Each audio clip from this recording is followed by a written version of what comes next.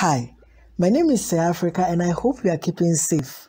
I've received several emails asking about how online lectures and discussions can be made interactive like we experience in our lecture theaters. People even ask if we can use all the materials we use in our lecture theaters when we are doing an online discussion or lectures. Zoom offers us the opportunity to teach with whiteboard, use PowerPoint, show videos, use eBooks, and even use other applications that are not part of Zoom, for example, Excel, SPSS, to even teach in Zoom. Here is the way out. If you want to teach effectively with Zoom, you should have done these three things. 1. Downloaded and installed Zoom on your machine, created a Zoom account, and 3. Scheduled a Zoom meeting. We have treated all these three issues in this same YouTube channel. Click on it, subscribe, and check them out so that you can be able to teach effectively with Zoom. Let's say you are ready to have your online discussion or lectures. The first thing you're supposed to do is to open all the materials you would need during your discussion on your machine and minimize them. For example, if you would want to use a PowerPoint presentation, you open that specific PowerPoint presentation and minimize it. If you would want to use SPSS to teach your students, you open the SPSS and minimize it. If you would want to show a video, you open the video, hit on pause and minimize it. If you would need an ebook during your discussion, you open that specific ebook and minimize it. This will allow the Zoom app to capture all those opened applications as part of the options when you go to share screen, and you can share for your students to also see. After opening all the applications you would need during your discussion, then you launch your Zoom app and sign in. So you sign in with your email address and your password. And this can be done when you already have an account with Zoom. We have treated how to create an account with Zoom in this same YouTube channel. You can check up on it and also learn.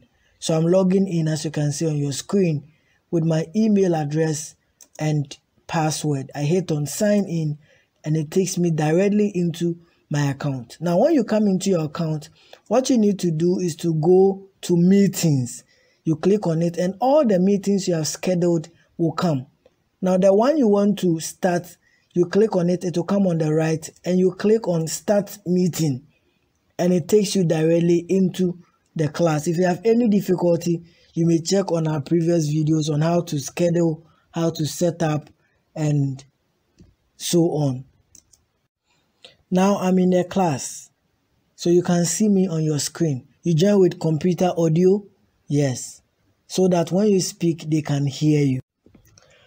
Note that when you want to share anything from your screen, for your students to also see it on their screen, you're supposed to locate the share screen button as I have identified on your screen with the yellow circle and use it.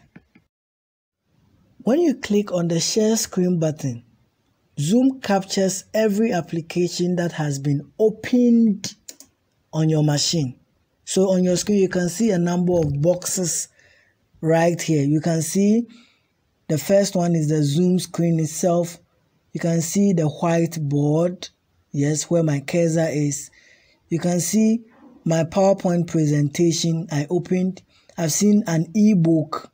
You can see SPSS data, a video. All the things you have opened can show on your screen. Note that these documents and files have been opened and captured as options you can share because they have been opened. So any application or any file you have not opened cannot be captured here. Now let's see how to use the whiteboard. All right, so you click on it and it opens up. So as it has opened, your students can also see it just like this on their screen. So whatever you want to teach them, you can write And whilst you are writing, you can talk for them to hear, and you can explain anything you want to explain to them. So let's say I want to show them demand and supply curves, and then some few things in economics. All right. And then the quantity is there. So as you write, your students can also see. So quantity, all right, my supply curve, my demand curve, SS, supply. So your students can see everything you do on your screen like you are doing it on a board in a lecture theater. You don't have to worry. They can see every single thing you write on your screen. And you can do it as easy as I'm doing it. You can write like we do with markers in our class. All right, my price, and then my quantity.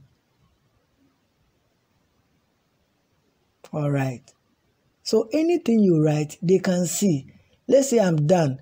You made a mistake. You want to erase. Just click on the eraser and you can use it. But let's say I'm not done. I want to explain something to them. You use the pointer like we do when we project things using projectors. So you get your pointer showing the quantity, showing the price, showing them where they meet, and so on. So you can do all your explanations whilst you talk, and your students can hear you. And they will experience the same way they experience in their lecture theaters.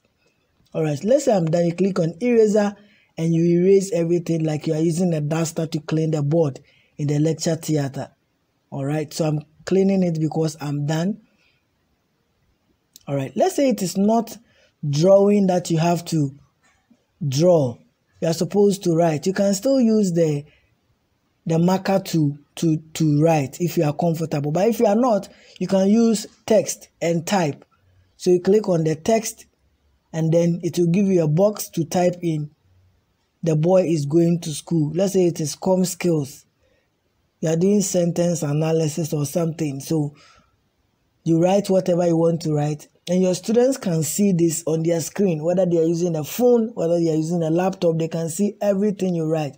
So I want to tell them that the demand and supply curves meet at point Z. You just write whatever you want them to see, and they can see it on their screen as you are writing for them. All right. So whatever you write on the board, they can see. There are shapes also available for you can use when you want to draw a circle. So all the options there are there for you. Just read them and know what to use for what. And you are done. When you are done, then you can close the whiteboard. So we are done with the whiteboard. Let's say we want to show another thing. We want to show a video. So you click on the video and it shows up. You click on play and it shows the video, and your students can also see the video on their screen. Let's say the video is relevant to our subject. You just click on it and it shows. So the video is playing. My students can see it as I can also see on my screen. You close it when you are done. Let's say you want to show or use a PowerPoint to teach them. You click on the PowerPoint option that has been captured, and then it comes up. You click on the projection button. Then it projects like you have used a projector in the lecture theater to project. So whilst it goes, you can still be talking to the issues, my aims, my objectives, my goals, and you move on like you are doing a presentation in a class for your students to listen. And they can also see the PowerPoint. When you are done, then you close it. Let's say you want to use another application to teach them. Example, you want to show them how to run frequencies and so on in SPSS. So you have opened your SPSS already. It has been captured. You just have to click on it from the share screen option and it pops up. Whatever you do on the screen, they can see and they can also hear you. You click on it. So I'm doing it. They can see everything you'll be doing on the screen. Pie chart. All right. So I'm doing it for them to see. I want percentages. All right. Continue. Okay. So they will see everything. So far as you can see it on your screen, they can also see it. So you don't have to worry. So, well, it's almost done processing. All right. So the data has come. This is the output. They can see everything I show on the screen. As I scroll and as I see, they can also see it on their screen. So you can even use another application which is not in Zoom to teach in Zoom SPSS Excel. When you're done, you close it. Let's say you want to show a book, an ebook. There is a point in a book you want to show them.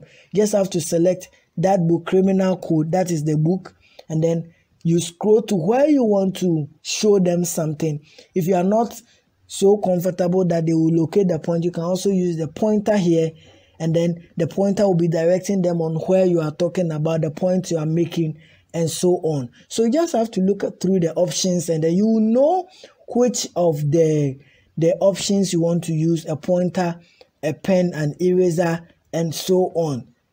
So you can use everything. You can show them the ebooks. You can show them everything. Let's say someone makes a point, you're okay with it, you want to clap for the person, you can use the reaction button. This one means that he has done well, like you are clapping for the person. If let's say someone makes a point, you are comfortable, want to give the person thumbs up, you click on it, and then thumbs up shows on the screen and everyone can see it. Let's say I want to share a message to all of them. Just click on the chat option, which you have seen on your screen.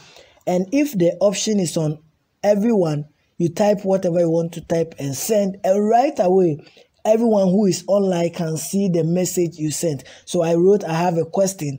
And since it is everyone, every single student will have this message on his screen. And they can read whatever you are showing them. So Zoom has a lot of things to offer. And we can do all the things we do in our lecture theaters using Zoom. In our next video, we are going to look at how to share files when lectures or discussions are ongoing, and even how to cover your back. Let's say you are not at a place where you are convenient or comfortable for people to see you or to know where you are. There is a way to cover your back such that no one will see where you are. It can give it a background like a passport picture and so on. So there are a lot of things we can learn. There are other things I will tell you in our next video. Just subscribe and let's learn together. Thank you very much. My name is Say Africa.